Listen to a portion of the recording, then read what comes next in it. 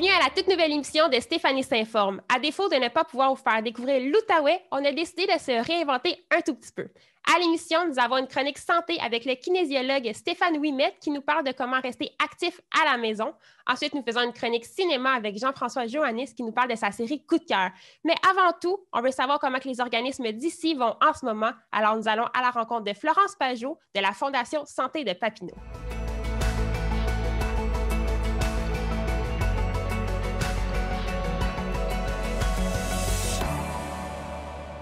Donc, un grand merci, Florence, d'être avec nous aujourd'hui à notre première de l'émission. Merci beaucoup de m'avoir invitée. Ça me fait très plaisir d'être là. Et vous êtes la directrice générale de la Fondation Santé de Papineau. Et pour les gens qui ne connaissent pas la Fondation, pouvez-vous nous expliquer un petit peu c'est quoi? Oui, donc la Fondation Santé Papineau, c'est un organisme qui existe depuis environ 30 ans. Le but de la Fondation, c'est vraiment d'amasser des fonds pour améliorer les soins de santé du territoire de Papineau, puis notamment pour les établissements de santé, donc l'hôpital qui est ici à Buckingham, les CLSC, puis également CHSLD, donc on trouve à Buckingham et aussi dans la petite nation à Saint-André-Avelin. Et qu'est-ce qui a mené à sa création en 1990? Dans le fond, je pense que c'est de sa part de médecins qui avaient des besoins d'équipements particuliers. Puis, on sait que ce n'est pas toujours accessible au niveau des budgets gouvernementaux d'avoir accès à de l'argent. Donc, dans le fond, ils ont créé la fondation pour pouvoir lever des fonds justement pour s'acheter du matériel de pointe plus rapidement que d'attendre après ça. Donc, lorsque vous amassez des dons, c'est vraiment pour obtenir des matériaux pour les soins de santé. Oui, en fait, dans le fond, on reçoit une liste de projets qui vient du CIS de l'Outaouais. Donc, ça peut venir, comme par exemple, en ce moment, c'est de l'achat d'équipements pour le rehaussement du bloc opératoire. On a l'achat de lits et de matelas pour le CHSLD à la Petite Nation. On a aussi des choses qui concernent les enfants. On a un fonds de dépannage jeunesse qui peut aider à envoyer des enfants dans des camps de jour, dans le fond, plus pour les services sociaux avec la DPJ, par exemple. Ça comble vraiment tout ce qu'il peut y avoir d'accroché, dans le fond, au CIS de l'Outaouais. Nous, on reçoit une liste de projets, puis on voit, dans le fond, est-ce que ça correspond à la mission de la Fondation, puis est-ce qu'on est capable de lever les fonds pour le projet en particulier. Bien, justement, en fait, le rehaussement du bloc d'opératoire, Oui. c'est votre dernière grande réussite, je pense. Vous avez ramassé 48 000 mais c'est seulement la première partie. Donc, comment ça s'est passé? En fait, en temps de COVID, on ne peut pas vraiment se Non, cacher. bien, dans le fond, ce qu'on a fait en 2020, c'est qu'on a continué de maintenir ce qu'on appelle les sollicitations virtuelles, dans le fond, via la sollicitation postale. Donc, on envoie chaque année à nos donateurs qui sont dans notre liste de données. On a fait beaucoup de campagnes web avec la campagne Soutenons nos soignants qui nous a permis de récolter des dons. On a des entreprises aussi. On devait avoir un tournoi de golf. Donc, plusieurs entreprises ont maintenu leur commandite transformée en dons, dans le fond, pour l'année. Même si l'activité n'a pas eu lieu, on a quand même pu conserver certains partenariats. Puis, pour le bloc opératoire, bien, c'est une partie qui s'en vient de la sollicitation postale, une partie des entreprises qui nous ont aidés. Puis, il nous manquait un montant d'argent. Puis, dans le fond, Uniprix, Savoie, Milo Carbonneau, a comblé avec un don de 15 000 $. Donc, c'est ça, on a pu acheter la première partie, qui est vraiment le plateau d'arthroscopie pour tout ce qui est chirurgie orthopédique. Puis, le reste du projet, c'est plus de l'achat pour la gynécologie, en particulier pour les fibromes utérins, ces choses-là. Puis, il y a aussi un petit peu pour les opérations des yeux. Enfin, il y a plusieurs choses comme ça. Donc, le restant du projet, il reste environ 200 à 250 000 $ à lever comme fonds. Et est-ce que vous avez une date d'échéance que vous aimeriez atteindre ce montant-là ou? C'est sûr qu'on a d'autres projets en cours. Là, en 2019, on a travaillé sur une nouvelle planification stratégique, donc qui s'établit sur 2020 jusqu'à 2023. Donc, il y a des projets qui vont s'échelonner sur de 1 à 3 ans selon la capacité de levée de fonds qu'on va pouvoir faire. Super. Puis justement, vous avez mentionné qu'il y avait plusieurs activités pour lever des fonds, mais qui ont dû être repensées durant la pandémie. Comment vous avez justement trouvé des solutions pour continuer à ramasser des dons?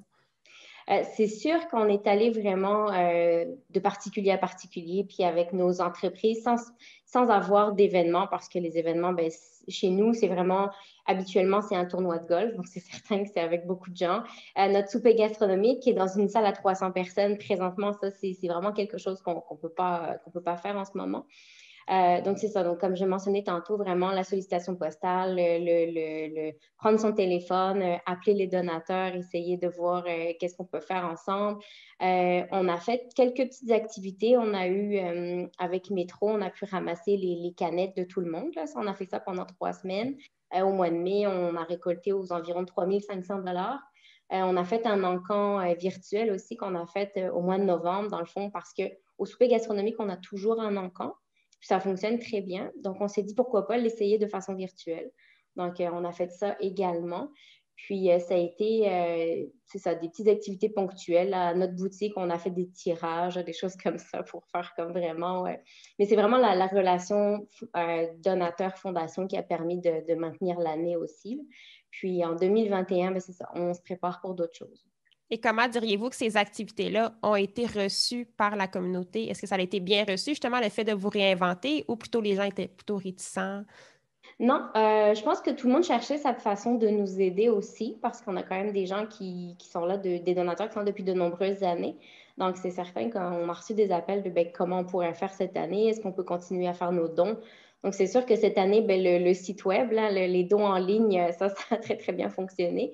Donc, non, ça a bien été reçu. Puis, on a eu l'encan virtuel a très, très bien fonctionné aussi. On a eu plusieurs entreprises qui nous ont fait des dons vraiment pas de réticence à ce niveau-là. Là, ça a vraiment bien fonctionné.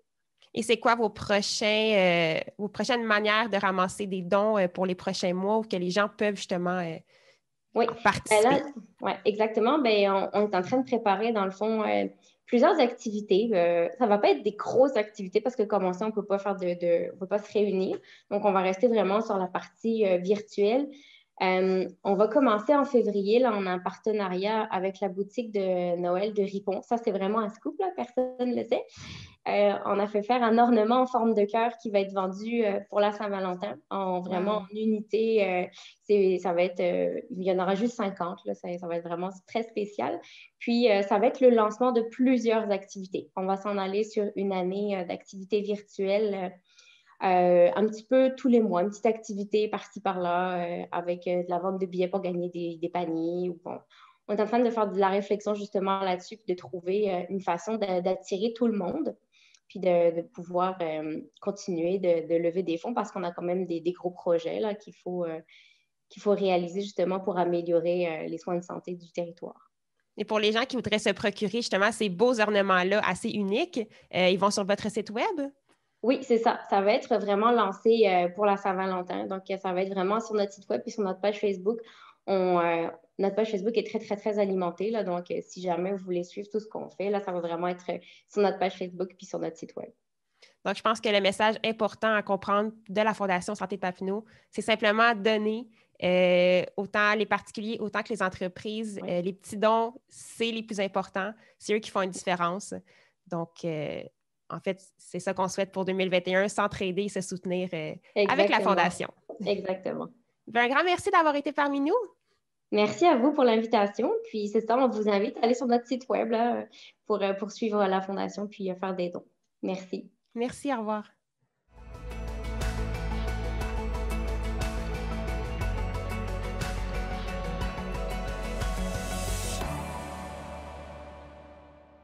Donc, merci beaucoup, Stéphane, d'avoir accepté notre invitation. Ben, ça me fait plaisir. En fait, moi, n'importe quand qu'on me donne une opportunité de passer à la TV, je suis toujours partant. On la fera. Et vous êtes un expert de l'activité physique, un kinésiologue, un physiologiste de l'exercice. Mais qu'est-ce que ça veut dire, tout ça? Ben, je ne sais pas si j'utilisais le terme expert, là, mais dis-toi que ça fait au-dessus de 20 ans que je suis kinésiologue, puis ma mère, elle ne sait même pas exactement encore qu'est-ce que je fais dans la vie. En fait, le kinésiologue, c'est une formation universitaire en activité physique adaptée. Adapté, c'est super important comme terme parce que ce n'est pas nécessairement adapté à mon âge, mais surtout adapté à mes objectifs. Donc, le kinésiologue, notre plus grande force, en fait, c'est d'être capable d'adapter selon si les gens ont des problèmes de santé, s'ils veulent améliorer leur performance sportive ou simplement si, pour des raisons de santé publique, ils veulent faire de l'exercice.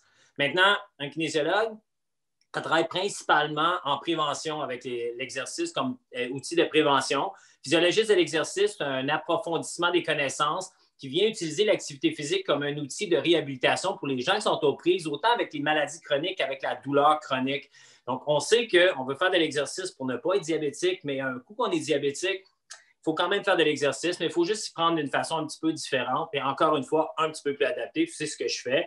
Maintenant, je suis aussi naturothérapeute, mais le naturothérapeute, c'est l'amélioration de nos habitudes de vie, mais non pharmacologique. Donc, ça tombe bien aussi dans mes cordes. Là, puis ça me permet aussi là, d'offrir des reçus pour les assurances collectives là, aux gens qui viennent nous consulter à la clinique. Donc, on peut donc dire que c'est plus pour aider les gens à ne pas se blesser plutôt qu'à les soigner. Ben, en fait, moi, j'ai de la difficulté avec le terme soigner parce que je dis toujours aux gens, vous êtes responsable de votre propre santé. Tu sais, vous allez voir quelqu'un, là, vous donner des soins, c'est une chose, mais vous avez une très, très grande responsabilité. Mais pour être capable de se soigner nous-mêmes, il faut être en connaissance de ce qu'on doit faire, mais surtout ce qu'on ne doit pas faire. Évidemment, si on fait des activités physiques, on sait que c'est des mouvements du corps, on augmente la fréquence cardiaque, on augmente le travail métabolique, mais on augmente aussi tout ce qui est musculo-squelettique. Fait que si tu as mal dans le dos et que tu commences à faire l'exercice, à sauter un peu partout, les désavantages risquent de dépasser les avantages, puis c'est principalement là, le rôle à l'intérieur de tout ça. D'autres rôles très, très importants, la motivation. Donc, on sait qu'il est difficile, puis même si tout le monde sait qu'on devrait faire de l'activité physique, les chiffres deviennent de plus en plus effrayants, on devient de plus en plus sédentaire, ça a des incidences sur notre santé. Mais évidemment, la COVID est venue complètement bousculer tout ça. Toutes les sources de motivation que les gens qui étaient actifs utilisaient beaucoup ont souvent été cassées. Et ces habitudes-là viennent influencer notre capacité à pouvoir faire de l'exercice sur une base régulière et donc, par le fait même, notre santé collective. Mais justement, la COVID a eu un grand impact justement sur la motivation, certainement, et sur l'activité physique. Donc, pourquoi c'est important de se remettre en forme, de se donner comme objectif, justement, de prendre sa santé en main? Bien, moi, je dis toujours aux gens qu'une des choses que la COVID nous a forcés à faire, c'est à brouiller nos habitudes de vie. Donc, dans certains cas, c'est peut-être une bonne chose parce que c'est un gars comme moi qui prône faire de l'activité physique, mais qui a des enfants, qui courent à gauche, qui courent à droite, qui va ici, puis là, veut essayer de travailler 50, 60 heures par semaine, ça devient excessivement difficile d'avoir une routine qui va inclure l'activité physique. Donc, pendant la COVID, quand les gens ont justement changé ces habitudes-là, pour certains, qui avaient de bonnes habitudes, c'est venu basculer leur bonne routine d'activité physique. Mais pour les autres, que la COVID est venue complètement changer leur style de vie, c'est le meilleur temps d'intégrer l'activité physique et d'adopter de nouvelles habitudes de vie pendant la COVID. Pourquoi? Parce que la plupart d'entre nous, on a le temps de le faire. Exact. Puis comment qu'on fait également pour adapter notre environnement? Oui, on a le temps de le faire, mais là, on travaille à la maison, on se retrouve toujours dans le même environnement. Qu'est-ce qu'on fait pour un peu bien, évidemment, moi, je parle beaucoup de créer des opportunités. Puis moi, dans la vie, bien, j'ai la chance, pas parce que j'ai une très grande maison, mais parce que c'est quelque chose d'excessivement important, autant pour moi que pour ma famille. Bien, on a des outils pour pouvoir faire de l'activité physique à la maison, créer des espaces à l'extérieur aussi. Mais il y a beaucoup de nouveaux challenges qui se sont présentés pour la COVID qu'on n'avait pas vraiment vu voir venir là, pour la simple et unique raison que travailler à la maison, on le faisait un tout petit peu, mais on n'avait pas de longue période de travail à la maison. Puis si je prends l'exemple de ma conjointe, elle se retrouve à la maison dans une ergonomie qui ne ressemble pas à son bureau au travail, à faire beaucoup d'heures dans des chaises ou des outils qui ne sont pas nécessairement adaptés pour ce type d'activité-là, et d'autres problématiques vont venir s'ajouter à tout ça. Donc, il faut être créatif, on n'a pas le choix, il faut s'adapter, il faut changer nos façons de faire, mais il faut aussi approfondir ce qu'on avait déjà. Mais c'est ça, mais comment qu'on fait pour se donner un petit coup de pied? Qu'est-ce qu'on fait? Est-ce qu'on se crée un petit coin dans le salon? Est-ce qu'on s'amène de l'équipement? Est-ce qu'on a besoin d'équipement aussi? Ben non, évidemment, moi, je parle toujours aux gens que pour faire de l'exercice, ça coûte à peu près 20 $. Puis la raison pourquoi ça coûte 20 $, c'est parce que vous pouvez vous acheter un élastique qui coûte à peu près 5 $. Vous pouvez vous organiser avec un tapis à la maison pour être confortable. Puis pour un autre 10 $, vous pouvez aller vous chercher 2 petits poids là, qui vont pouvoir vous servir pour faire une multitude d'exercices. Puis il va vous rester un autre 5 $ pour faire affiler vos espadrilles que ça fait des années qu'ils sont dans le garde-robe. Pas besoin d'aller chercher des équipements à n'en plus finir. Le corps est le meilleur outil pour faire de l'exercice. Donc, on peut faire de l'exercice avec des machines, mais honnêtement, de faire des mouvements qui sont d'ordre fonctionnel, ça va me permettre là, justement là, à très, très, très bas prix de pouvoir faire des exercices à la maison. Maintenant, il y a des gens qui disent « Moi, je n'ai pas beaucoup d'espace. » Mais moi, je leur dis « Si vous avez de l'espace, vous asseyez sur le divan pour regarder la TV. Vous avez certainement de l'espace pour tasser la petite table, vous installer, regarder une émission qui vous intéresse pendant que vous faites vos exercices. regarder des gars qui font des exercices en ligne, si ça vous intéresse. Mais définitivement, là, ça ne nécessite pas beaucoup d'équipement, pas beaucoup d'investissement et pas beaucoup d'espace dans la mesure où on est quand même capable de le faire. Bien justement, vous avez parlé d'un gars qui faisait des vidéos. Est-ce que, par exemple, vous parliez de votre plateforme Myokin Santé? Ouais, c'est gentil de le mentionner, là, la plug à Myokin Santé. La réalité là-dedans, c'est que moi, c'est un nouveau monde complètement différent qui s'est proposé à moi. Ça fait plusieurs années que les gens me disaient « Hey Stéphane, nous, on part en vacances, on est ailleurs, on va au chalet, on aimerait ça que tu fasses des vidéos. » Puis là, je leur explique, je dis « Moi, je ne suis pas capable de faire des vidéos, de m'asseoir puis de dire « Voici ce que tout le monde devrait faire » parce qu'on est habitué d'être près de vous, puis on prône comment c'est important d'adapter nos activités à au fait que vous êtes devant nous.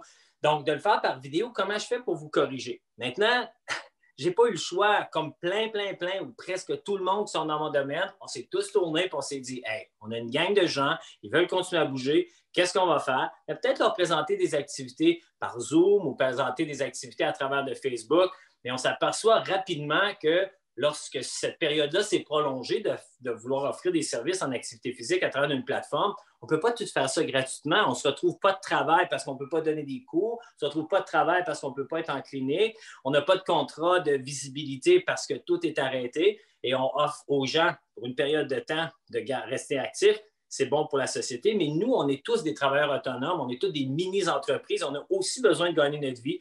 Donc, on s'est tourné vers une nouvelle façon de faire qui est vraiment d'offrir des activités à travers d'une plateforme. Pour ma part, j'ai eu la chance d'avoir un ami qui est venu me donner un petit coup de main, un petit peu plus techno que moi, parce qu'on fait bien des blagues quand la sagesse prend forme sous le regard du temps. C'est pas moi qui l'ai écrit quand. Mais la réalité, c'est que je suis un vieux de la vieille, puis je ne connaissais pas ça pantoute. Donc, est-ce que les lumières sont bonnes? Est-ce que le son est bon? Est-ce que la musique, vous l'entendez? Puis, pas beaucoup de rétroaction pour nous aider à faire tout ça, contrairement à quand on est là, qu'une madame qui dit « Stéphane, la musique est bien trop forte. » Je dis « Là, tu baisses ta musique, tu t'adaptes. » L'autre madame qui dit « Je te vois pas, Steph, t'es comme mal placé. » On s'adapte. Mais là, tout est là, t'es tout seul. Puis tu dois très rapidement essayer d'apprendre à comment faire et apprendre, toi, comment utiliser ces outils-là. Mais moi, je travaille avec une clientèle de 55 ans et plus.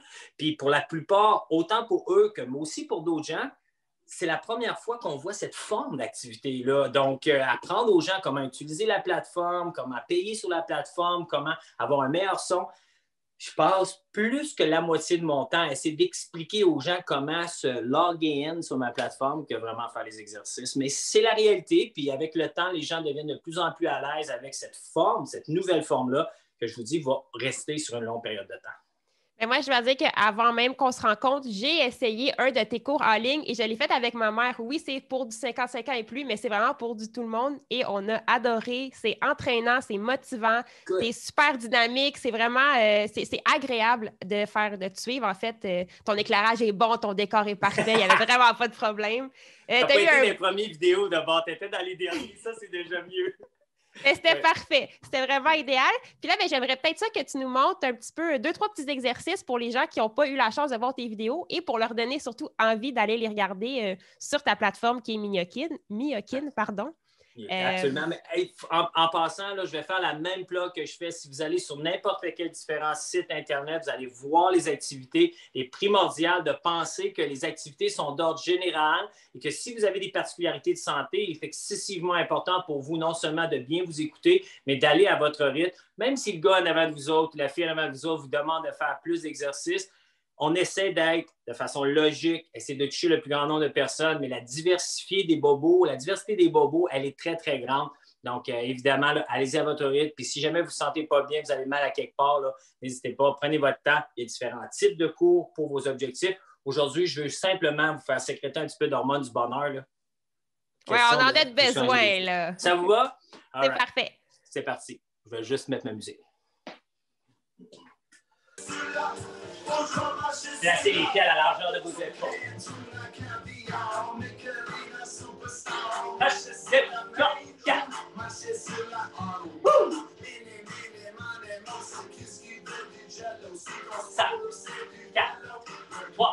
All right, on marche. 1, 2, 3, 4. La plupart des gens, ils pensent que je fais de l'exercice pour leurs hormones du bonheur.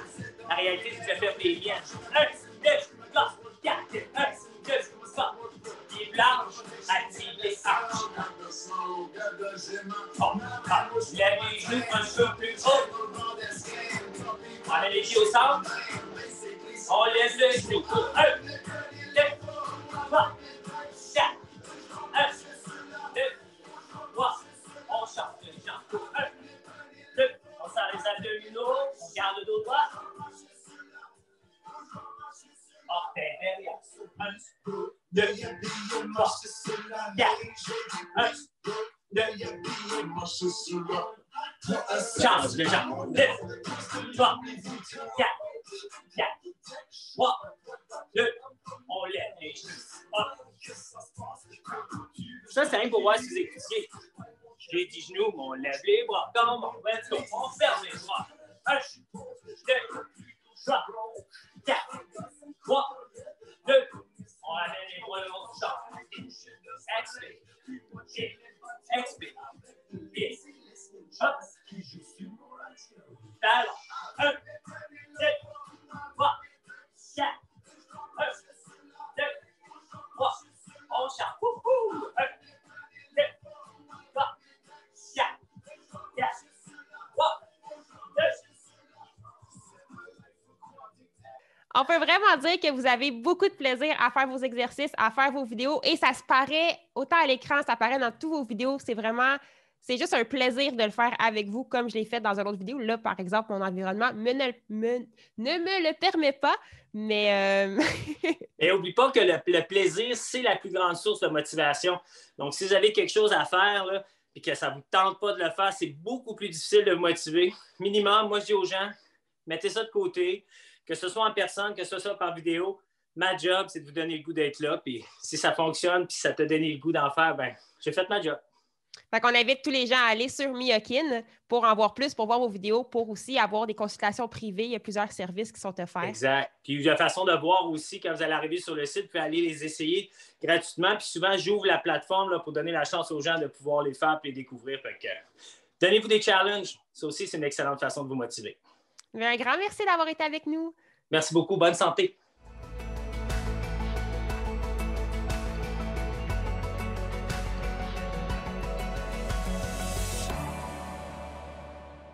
Merci beaucoup, Jean-François, d'être avec nous pour la chronique cinéma. Ben, ça me fait plaisir. Et je pense qu'aujourd'hui, en fait, j'ai un petit indice pour introduire ta chronique et c'est mon ami juste ici.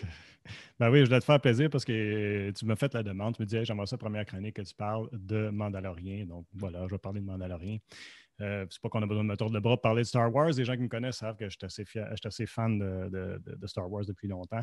Je me suis comme posé la question en même temps, bon, ça vaut-il la peine d'en parler parce que ça fait quand même un certain temps que la série est terminée.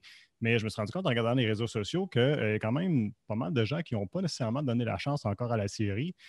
Ne serait-ce que parce qu'ils ont décroché, surtout les gens de ma génération, tu sais, qui datent des années 80, qui ont connu la série originale qui a été faite, l'épisode 4, 5, 6, là, qui a été faite dans les années 80, ben, on a un petit peu, il y a eu un certain temps ce qu'on a décroché, c'est-à-dire que toi, tu n'as peut-être pas connu ça, mais à la fin des années 90 puis début 2000, quand ils ont sorti, quand George Lucas a revisité Star Wars puis a décidé de refaire des effets visuels numériques aux films originaux, puis aussi, quand il a décidé de faire l'épisode 1, 2 et 3, il a comme donné une esthétique au film qu'on ne connaissait pas, puis qu'on ne pouvait pas, on ne s'attachait pas autant à ce genre, à ce nouveau look-là, si tu veux, qu'il avait fait. Mais je pense que la beauté de Mandalorian, c'est que justement, ça a ramené les gens de ma génération à aimer encore une fois Star Wars, mais aussi d'aller chercher des nouveaux fans. Je suis sûr que je te demande à toi, qu'est-ce que tu as aimé de la série? Tu vas me répondre. Ben en fait, exactement, moi, c'est venu me chercher. Je connaissais, oui, l'univers de Star Wars, mais je ne l'avais jamais vu. Et c'est pas quelque chose qui m'interpellait. Et de commencer avec The Mandalorian, ça m'a comme justement donné le goût. Et là, j'ai écouté 4, 5, 6 et les 2 saisons de Mandalorian. Et j'aime l'univers, j'aime, en fait, c'est fictif, mais il y a quand même une histoire derrière. Je ne sais pas comment l'expliquer nécessairement, mais... ce que tu as préféré de la série en général, c'était pas Gros Goût? Ouais. Et voilà. Bon, elle est tellement aimée que je l'ai eu à Noël, le chant d'amour. Et voilà. Mais c'est ça, mais ce qui arrive, c'est que Gros Goût, avec son histoire avec le Mandalorian, ça a amené des nouvelles personnes à s'intéresser, je pense, à la franchise de Star Wars. Puis en même temps, ça a rapporté des fans comme moi. Et aussi, ça plaît à ceux qui étaient plus jeunes et qui ont découvert Star Wars avec la série 1, 2, 3. Comment ils ont fait ça? Jon Favreau puis Dave Filoni, à qui on doit le succès, je pense, de Mandalorian, c'est qu'ils sont allés chercher des éléments de chacun des époques de Star Wars, puis ils ont intégré à l'intérieur de cette série-là. Des fois, des choses subtiles, des fois, des choses plus évidentes. Entre autres, ils sont allés chercher des personnages favoris des fans, comme Ahsoka, la fameuse Jedi qui a quitté l'ordre et tout ça, qui date de la série de Clone Wars que Filoni a créée. Et puis, ils sont allés chercher aussi des choses plus subtiles, un peu comme, je pense, au fameux dragon que Mandalorian a dû combattre dans je pense, le deuxième épisode de la série numéro 2. Ça vient d'une image qu'on avait vue dans l'épisode 4, qui était comme un squelette à l'horizon dans une scène où R2-D2 et C-3PO marchent dans le désert. Et là, ils ont pris un petit élément comme ça, puis ils l'ont comme exploité. Ou encore, je pense au personnage de Boba Fett qui a eu comme une petite apparition dans le fond dans la série originale, mais qui était immédiatement qui a accroché les fans. Mais là, on a pris ce personnage-là, on l'a ramené, on l'a exploité, on l'a vu en pleine action, puis voir tout ce qu'il était capable de faire. Je pense que ça a plu beaucoup aux gens. Puis aussi, on est allé chercher toute l'esthétique de ce qu'était Star Wars depuis l'origine, c'est-à-dire que c'est un monde futuristique, si on veut, mais c'est plutôt un monde fantastique où est-ce qu'il y a eu du vécu. Donc, les véhicules sont usés, c'est sale dans les maisons, les bâtiments et tout ça. Puis, on a qu'à se rappeler, dans le fond, le fameux Faucon Millennium de la série originale, parce que Han Solo, il a de la difficulté avec son véhicule, il est obligé de le réparer tout le temps. Bon, on s'identifie à des choses comme ça. On sait tout c'est quoi avoir un véhicule avec des problèmes mécaniques, puis qu'on a besoin de gosser après pour qu'il fonctionne, tout ça. Fait que je pense que tous ces éléments-là font en sorte que ça donne un monde qui est réel pour l'auditoire. Puis, c'est pour ça que les gens avaient aimé la série originale, puis je pense que c'est pour ça que les gens ont accroché, entre autres, à Mandalorian. Pour pas dire aussi toute la relation avec Grogu puis le Mandalorian qui est super le fun. Donc, c'est sur Disney+, et puis ça roule encore. Si vous n'avez pas donné la chance, si vous n'y avez pas donné la chance, je vous invite à le faire. Puis je pense que tu voulais également nous parler de la deuxième édition de Cinévert. Oui, rapidement. Je n'ai pas eu la chance d'aller regarder le documentaire encore, malheureusement, mais ça a l'air super intéressant parce qu'il y a des courts-métrages puis il y a des longs-métrages. Donc, pour s'initier au documentaire, je trouve que c'est une belle façon de le faire. C'est des documentaires qui parlent d'environnement et puis, c'est l'environnement, là, c'est comme le sujet de l'heure là, encore. Là. Puis, ça se trouve que c'est Funambule Média qui a produit ça, qui font des documentaires super intéressants, qui font du bon travail. Vous pouvez voir ça sur cinevert.org. Un grand merci, JF, pour ta chronique cinéma. C'était super intéressant. Et en passant, pour ceux qui n'ont pas vu Star Wars, vous pouvez tout de même écouter The Mandalorian et ne pas être perdu dans l'univers. C'est très bien expliqué. Et merci beaucoup, en fait, pour cette magnifique émission. Et on se revoit la semaine prochaine pour une autre.